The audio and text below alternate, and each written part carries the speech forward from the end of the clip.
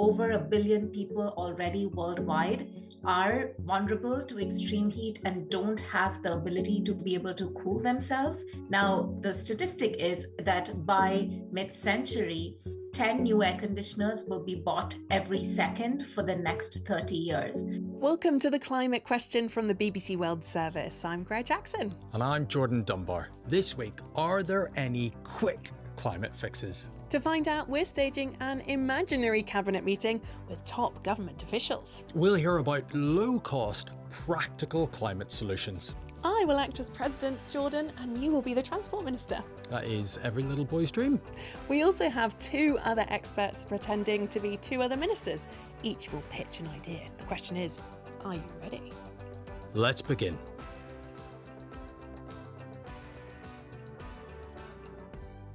Hello, Dr. Adam Levy, climate scientist turn YouTuber called Climate Adam. Today, Adam, you're going to be our Agriculture and Food Minister. Thank you so much for playing ball. Thanks for coming, Adam. I'm excited about it. Yeah, I'm excited for some role play. Have you ever done anything like this before? I don't think I've ever been invited to be in charge of anything this serious before, no. So you've never been a fictitious government minister before? I mean, in my head many, many times, but not for the BBC. Today's the day. Finally. The big day. Let me introduce you to Radhika Khosla, an urban climatologist and associate professor at Oxford's Smith School in the UK. Radhika's one of the lead authors of the UN's Global Cooling Watch report in 2025, and she advises governments on cooling initiatives. Naturally, that makes Radhika our Building and Energy Minister. Hello. Hello. Thanks so much for being here, Radhika. I feel like this is slightly unfair that I have to compete against you for policies because you've actually done this before. Well, I've always wanted to talk with building ministers and be able to get them to see the value in what we're saying about building energy research. So it's great to be in a position where I can be that person for a bit. Indeed, indeed. So order of service today, we're going to go to you first, Adam, then over to you, Jordan, and then we'll finish on you, Radhika. You'll have around 5 minutes to pitch your ideas. I'll probably be asking you lots of questions along the way. And you just to remind you that your solution needs to be cost effective and work in a 5-year time frame. So let's hear your fighting talk. Are you ready? Oh my gosh, yeah, let's go. I'm ready. Yeah? Yeah. Radhika? Yeah. All right, Adam Levy, as our Minister for Food and Farming, why does this particular area need to be fixed? Food and farming is responsible for a huge amount of our emissions. Some estimates put it over a third of our emissions. Wow. Now, the great thing about tackling food and farming emissions is that they're mostly or largely coming from methane. Now, methane's great because if we cut methane, then it falls out of the atmosphere, and the warming that methane's causing also falls out of the atmosphere. So if we tackle farming and food, that means we really get to grips with global warming much quicker than if we're tackling something that was producing carbon dioxide. Right, I see. Because it doesn't stay in the atmosphere for very long, cutting it then means we see the impact, the benefits in the next few years. Out of interest, how long does methane stay in the sky? So it typically lasts around 10, 12 years, but we'd start to see effects much sooner than that as well. Right, okay. And so what are the sources within food and farming? So the biggest culprits are cattle. So beef, lamb, dairy products especially. Then there's food waste. Food waste, just the food that we're making and buying and not eating. That's been pegged to be responsible for about half of all food emissions, so food that we just don't end up consuming. And then there's a whole bunch of other things like rice, for example, is responsible for a huge amount of methane. And I know you mentioned cows there and other ruminants. It's because they burp, isn't it? Have you actually ever heard one of them burp before?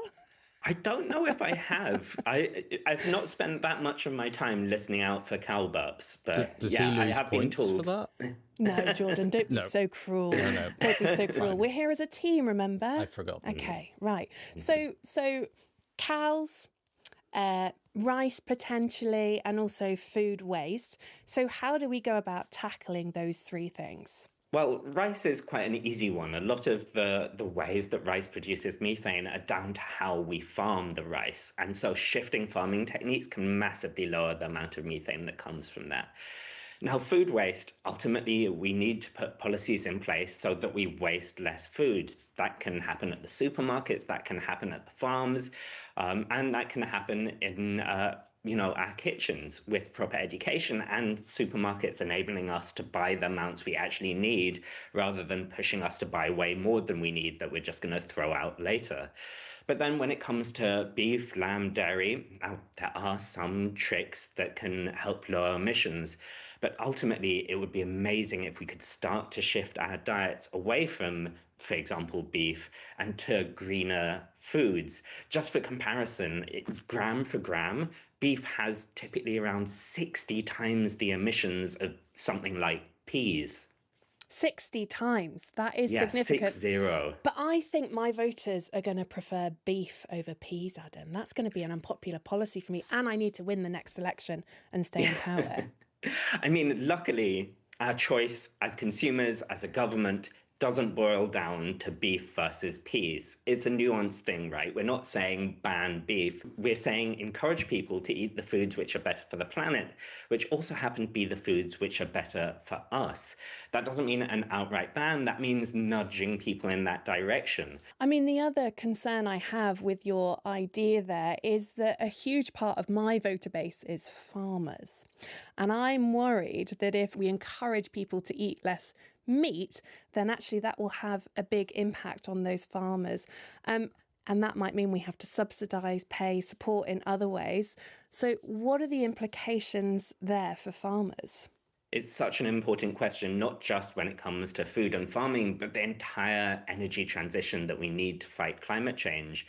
The people who've been in these industries can't be punished for the changes that we need to make. So we need something that's called a just transition to support farmers to transition to growing the foods that we know that we will need, to rewilding their lands in a way that stores carbon instead of emitting carbon, or boosting renewables projects. There are loads of ways we can support farmers that they can still keep on making a decent living without punishing the planet. Are there not easier ways to do this? Can we not look at other ways to tackle methane? I think it's really important we do look at all the ways to tackle methane. And methane is one of the most important ways we have to tackle climate change in the next few years. But it doesn't just come from farming. A huge slice of it comes from producing and burning fossil fuels. And a lot of that is just mindless waste. It's leaks from where we dig up and burn fossil fuels. Leaks that if the fossil fuel companies captured it and then used that methane, they wouldn't end up losing any money at all. So if we actually put the things in place to make the fossil fuel companies do that, they wouldn't lose any money and we would gain hugely by not having all that methane in our atmosphere. So absolutely, I think we should look at all the ways we have at our fingertips to cut methane. If we take all those solutions together and get a handle on our methane emissions, how big an impact could it make, Adam? So if we get to grips with methane by, say, the 2040s, that could shave off 0.3 degrees of warming. That's according to UNEP.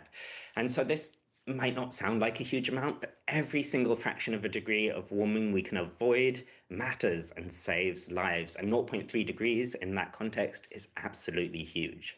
0.3, the number to beat. Jordan Dunbar, you are up next. Tell me about your quick fix for transport, Mr. Minister. Annoyingly, that was quite a big number, wasn't it? It was quite a big number. Yeah. But as I step into my role... So sorry. Got a sign. Just for anyone who can't see this, Jordan's pulled up a sign that says transport written on it, a plaque, and pasted it in front of him. Distinguished imaginary ministers, Madam President, transport is essential to our country, but it also has been a problem for the climate. The United Nations said it was responsible for 15% of global greenhouse gas emissions. And the International Energy Agency say of carbon dioxide, which is the most common greenhouse gas emission, aviation, so flying, is 2.5% of global CO2 emissions, but growing rapidly. Shipping, 2% of global CO2 emissions, very important because of all the stuff we buy from around the world. Cars and vans, 10% of global CO2 emissions. And when you add trucks and buses to that, that makes up the majority of the carbon dioxide emissions from transport. So I've got 5 years, got to find a quick fix. I can't do anything about building like high-speed rail or massive infrastructure projects because it's got to be cost effective and it's got to be quick.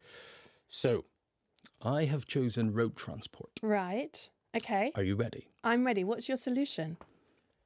Well, let me tell you the problem first, Madam President. Okay.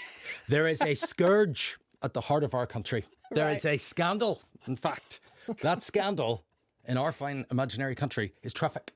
We have blocked roads and angry voters all sitting there pumping out emissions. So my department proposes we improve public transport and active travel in our towns and cities. Right. Active transport being? Cycling and walking, Right. maybe scooting if you usually like. Okay. I mean, how popular is that going to be, especially with people who are living in the countryside? Also, I'm thinking about people with accessibility issues, disability. Car might be their only option. Well, Madam President, I've thought of that. Aha. So, towns and cities are where most of our population lives, right? Like a lot of the world. And that's where the quickest gains can be made. So, what we're proposing is in those towns and cities. Let me start with, if we charge private vehicles for entering our beautiful city centres at peak times, you'll stop people just going in with one person when they don't really need to be there. So taking cars off the road. So people who do need to, like people with accessibility issues or carting around big things, there'll be less traffic on the roads. Also, we're going to make sure that the most expensive private cars pay the highest road tax apart from your limo. Apart from my, I was going to say, because would voters really expect me to bike or take the bus to work? I am quite important. You are, but biking and buses will get better because we propose taking our widest and most congested roads, taking one lane and making them just for buses, a bus lane, if you will, and then having stops as far away as a train. So imagine a train, but with wheels. We've seen this in Mexico and Brazil. It's called the Bus Rapid Transit System. And in the other lanes, we're going to make it safer for people to cycle so they're away from the cars and also away from pedestrians who walk in front of them with their phone out. So there's less angry cyclists. And the rest of the money, we will make walking more pleasant and encourage it. I thank you. I think this is going to be unpopular, Jordan. Oh, I wonder, people like their cars. It's convenient, it's quicker often. I'm worried about the next election cycle. okay. So if you like your car and you want to drive, there will be less cars on the road, so you will not get stuck in traffic. But you have to pay more. People don't like taxes. Do they not? Is that something they don't like taxes? I'm pretty sure most people don't like tax hikes. Okay, well, let me give you another sell. And this is really important. These are called co-benefits. So overall, reducing private car use and unnecessary car journeys would reduce greenhouse gas emissions, right? That's our number one thing. Fine. But also, if you think about it, reducing traffic means that you will boost the economy because it costs billions around the world and people caught up can't get to jobs, can't get deliveries. So you're going to reduce greenhouse gas emissions, you're going to boost the economy, create jobs. Also, buses are one of the most equitable way to travel, according to experts. You don't need to buy a car. It's not that expensive. So it helps some of the poorest in our society and they can access opportunities. Also, less emissions, less air pollution. People are healthier. And if you're walking and cycling more, then you'd have more physical health. Okay, but why can't we just switch to electric vehicles that don't use petrol and diesel and other combustibles that cause the climate to change? Well, the buses we would try and swap to electric, but it's very expensive. And you said we don't have much money, and also I've only got 5 years. And the people who can already afford electric vehicles have more money than the people who can't afford cars at all. And so helping the bus lanes and getting that moving, I think, according to our research, would help most people. Okay, thank you, Jordan. Radhika Khosla, as our Minister for Building and Energy, just tell me a bit of the backstory here. How much of an issue are buildings and energy for the climate crisis? Well, they're a very big issue because one third of all emissions come from the built environment and from buildings. So actually, as important as many of these other sectors are, buildings are core to how we're going to be able to address the climate crisis and the energy transition. A third? That sounds more than either Jordan or Adam's issue. Tell me, why are buildings producing this level of emissions? Well, the built environment are large guzzlers of energy and electricity in particular. This is because of heating, because of cooling, because of lighting, essentially the provision of services that the built environment provides all of us. And, if you think about it, where do we spend most of our time? Many of us spend most of our time within built environments, either in the workplace or at home. So actually, they're a large part of how we live and the energy we consume to be able to live our lives. Okay, so what are you proposing as the solution then? Well, I want to think a little bit about this issue that is hitting the built environment very particularly in this moment, which is the rise of extreme heat. Now, I don't know if all of us know, but extreme heat is the deadliest of all climate impacts, which means it kills more people than any other extreme weather event, whether that is droughts, floods, wildfires. Extreme heat is what is killing more and more people. And it's kind of silent. We don't have these before and after images, but actually over 1 billion people already worldwide are vulnerable to extreme heat and don't have the ability to be able to cool themselves. And the reaction and the go-to solution for extreme heat is often to turn on an air conditioner. Now, the statistic is that by mid-century, 10 new air conditioners will be bought every second for the next 30 years.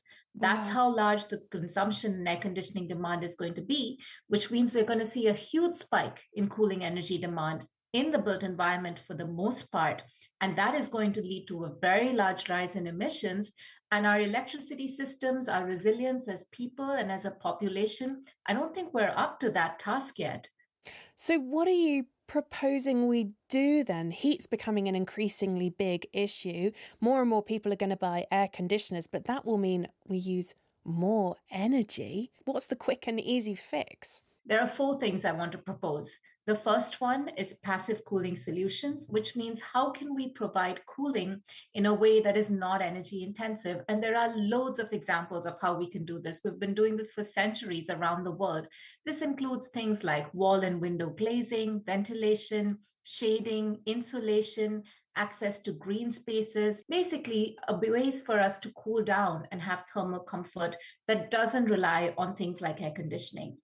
The second solution is to invest in low energy solutions. So, not again to go down that high intensity air conditioning route, but actually to invest in technologies that provide thermal comfort, but do this without a large energy cost. So, fans, evaporative coolers, solar off grid solutions.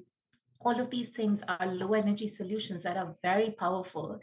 The third is energy efficiency, and energy efficiency is just an extraordinary tool. I often think about it, it's a free lunch that nobody wants to eat. But if we invest in energy efficiency, then the technologies that we are putting in place in our built environment, in our homes, in our offices, are basically using the least amount of energy they can to provide the most bang for their buck. And that helps a lot in reducing cooling demand. And then finally, the fourth solution is to phase down refrigerant gases, which are these gases that air conditioners use, which are highly global warming and have, a large global warming potential. Reduce them and phase them out quickly so that those hydrofluorocarbons, which are these high potent global warming potential gases, can then be removed from the atmosphere. And if we do these four things, we can actually get to over 60% reductions in the cooling emissions that are predicted for 2050. I mean, 60% also sounds pretty significant as well. I mean, I'm slightly worried that energy efficiency doesn't sound very sexy. It's not like a good top line for my voters. But it also makes me think that if we're going to be encouraging people to buy more energy efficient appliances, surely that means they're ultimately going to be paying more for those devices. Well, it depends on how you count. I mean, you're absolutely right that that might be the first thing that voters think of. But I think it's how we frame this issue, because of course you pay more upfront, but over time you save more than you would pay upfront. So actually, that upfront cost is only reduced over time. So the premium is not even that much. But if you look over the life cycle of how you will use that technology, you're going to have so many more financial savings than you would have otherwise, that it absolutely makes sense. And like, my colleague was talking about before, energy efficiency also comes with co-benefits. And that's really important, because it's not just about saving energy from from these better technologies. You're also saving money, like we talked about, but there are other benefits. When you have technologies that are more energy efficient, it has healthcare benefits, it has benefits for the electricity grid as a whole. You're less susceptible to peak power outages. The system as a whole build resilience, and people have better lives. And I think that's something that all voters want.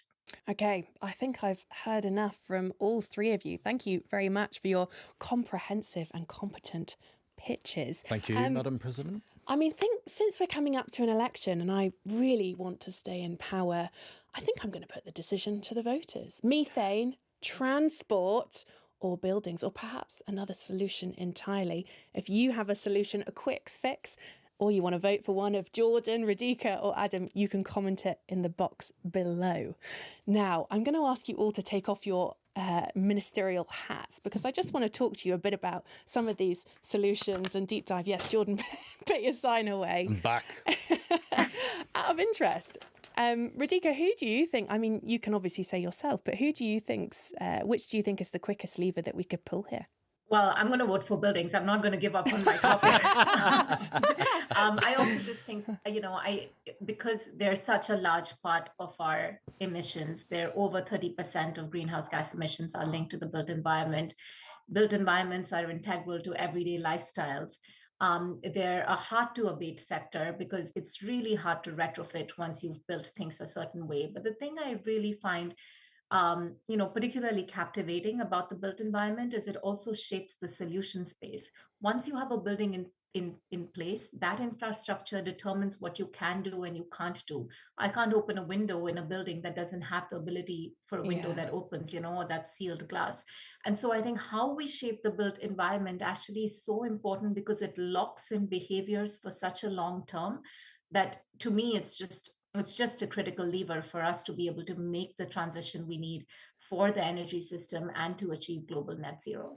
I mean, Radhika has a point. Adam, are you going to stick with methane, or are you going to cast your vote elsewhere? I mean, I feel like I have to stick to my guns now. But I would definitely say that methane needs to be tackled entirely, not just in the food and farming sectors, but all the ways we're creating methane around the world. And especially if you're giving me a time limit to do the most good for the climate in the shortest amount of time, I really think tackling methane is the way to go. And it also comes with co-benefits, these win-wins. Methane is a pollutant that also causes really serious health problems. Cutting methane emissions from food, from farming, also means we free up land for rewilding. The food and farming sector dominate how we relate to the entire world around us, how we use the land around us. So if we can get to grips with methane, we get to grips with so many other things as well. It's very difficult. It is really No, I'm difficult. not Transport Minister. The interesting thing is that we've chosen everybody eats, everybody goes to buildings, and everybody needs to travel about. Like, these are three really essential sectors. I did like that everyone, it also annoyed me that everyone had co-benefits, because that's what kind of drew me when I was looking at transport, was the fact that no one likes being told what to do, no one likes taxes, etc. But the fact that it's not just climate for each of them that we've talked of, there are other like health benefits or economic benefits to doing it. I think that's quite important. Yeah, and possibly quite a part of the sort of the sell, I guess, for these things. Maybe it's more about the co-benefits than it is the actual climate solution. But I did wonder, as we were all talking, if these are so easy, if they're so quick and simple, Why aren't they already being done? Radhika, do you want to go first? Well, I think, the thing that binds all of us is that we're all talking about lifestyle related emissions. So, lifestyle related emissions are about 2/3 of all emissions, which is really high. And they're tied in many ways to the demand side of energy. In order to reach global net zero, it is the energy sector that has to do the heavy lifting. And on the energy sector, the demand side is really key. Now, the reason why it's hard is, these are really disaggregated sectors. They require changes that, require populations to shift their lifestyles. We're talking about things that have very high lock-in of carbon and infrastructure, such as buildings, such as transportation systems. Once you build these things in, it's very hard to reverse and to be able to change, unlock those kinds of investments that have been made. But I think getting the institutional and the lifestyle and the citizen support to be able to do that would make a big difference. Adam, are quick fixes enough if governments are avoiding the hardest, the slower, the more structural things? I mean, quick fixes are great. Obviously, we love a quick fix, but no, they're not going to be enough. We need to do everything we've spoken about here today and much more to decarbonize our energy system. And that's not something we're going to do overnight. We're not just going to suddenly switch off all our fossil fuel power plants tomorrow. Obviously, that would cause us quite a lot of problems, but we need to get that transition both for the quick fixes and the long-term fixes. But I think quick fixes are really useful because we can see them taking place in the world around us, and it gives us a sense that we have some power in this, which is absolutely true. So by really drawing attention to both the rapid shifts we can make and the progress we've made on the long term, then I think that can really motivate not just the public, but also the politicians. Adam and Radhika, thank you so much for joining us this week on The Climate Question. Thank you. Thank you. And of course, you, Jordan Dunbar. Thank you. Now, the most important bit. What's your decision? Who are you choosing? What's the quick fix? Yeah. It's quite hard, isn't it? Yeah.